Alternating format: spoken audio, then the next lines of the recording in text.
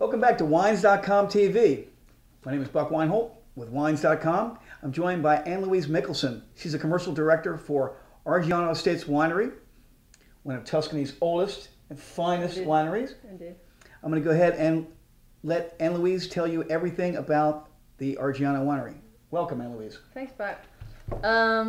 Well, to do it really short, there are a number of producers in Montalcino, which is a little area in Tuscany. We're approximately 200 producers now produce Brunello.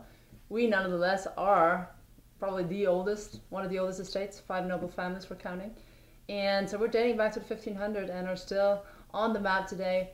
Not one of the biggest, but probably one of the most prestigious wineries. And, it's proven in the bottle. So what we're going to taste of it today is a few examples of that. Primarily what we do in Montalcino is probably the most famous wine in Italy, along with Barolo, is Brunello, which is a Sangiovese Grosso.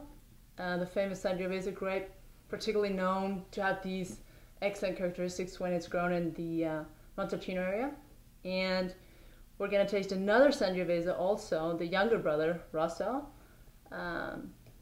Great everyday daily wine, we'll taste that. As well as Swallow, which is an example of how you can do Sangiovese when you're, not under any regulations whatsoever.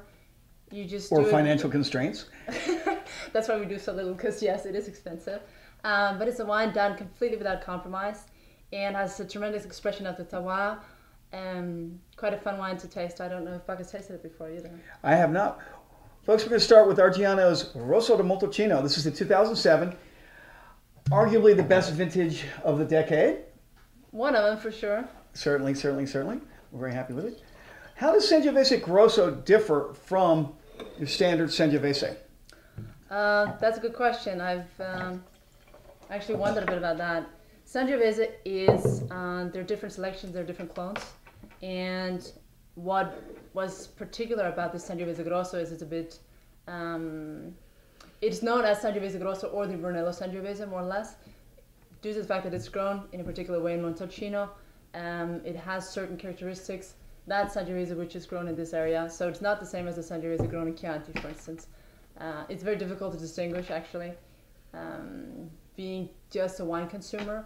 However, that's how it grew to be known as Brunello, being that this Sangiovese, we call it Grosso, because it's what we call the Sangiovese in this Montalcino area, has this particular characteristics, this not just one-dimensional expression, but has a tremendous expression of the terroir of Montalcino. Fantastic food wine. I mean, the Rosso di Montalcino, right off the bat, I can already tell that it's got that great acidity that you look for in a beautiful, food-friendly Sangiovese. What do you get on the nose, Anne-Louise? Bit of tar, leather. Definitely a manly wine. Rosso di Montalcino is always a fabulous wine. It's one of those wines in Italy, like a younger brother of Brunello, that we drink much more on a daily basis. And as you said, it's a great food wine. It comes out a bit before the Brunello because it's under different regulations. It's aged 6 months as opposed to 24. Usually younger wines. So less tannin, good acidity to it. Just an excellent food wine altogether, I'd say. Let's try it. Cheers. Cheers.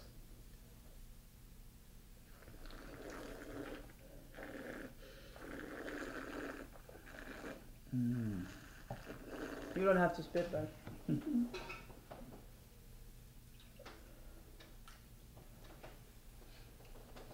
Fantastic tannins. As I say, definitely going to be great with food.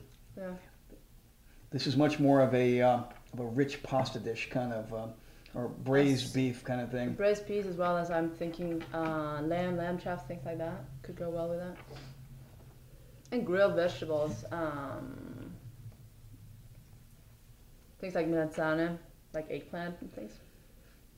There are a number of traditional Tuscan dishes like pasta with ragu, and so a wine like Rosso di Montalcino does an excellent job.